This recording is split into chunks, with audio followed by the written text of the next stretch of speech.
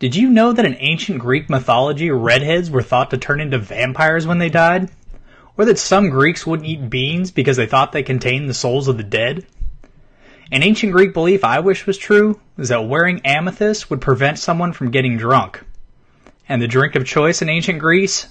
Beer, honey mead, and diluted wine. It was actually 1 part wine and 3 parts water. Now, Greek society did have a police force for when the drunks got out of hand, but ironically, it was mostly made up of slaves. And barely above the slaves were the prostitutes, which were made up of women and young men who were known to wear sandals with nails in the soles that would read out, "Follow me" in the dirt as they walked away.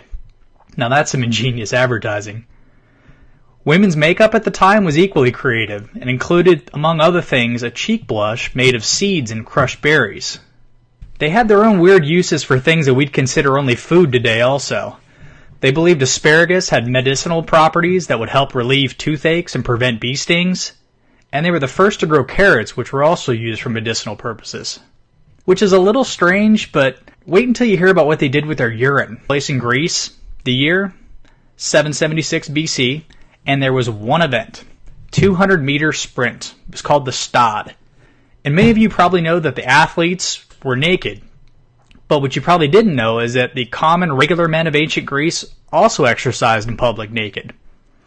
And in Sparta, even the women exercised in the nude. Now that's sexual equality. But in Athens, girls were not allowed to exercise because the Athenians thought it was inappropriate.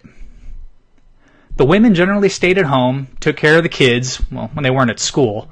And in Greece, the teachers were paid higher wages than the skilled craftsmen, and they even received gifts from the citizens. The highest paid teachers, want to take a guess? The music teachers. And what did you do when you wanted to start a family in ancient Greece, you ask? Well, you threw an apple, of course. In ancient Greece, throwing an apple to a girl, to her, not at her, was a traditional proposal of marriage. If she caught it, it meant she accepted. Oh, that could get interesting these days. Well, if you're looking for more ancient wedding traditions, ancient Roman superstitions, or other facts topics, click on the links below.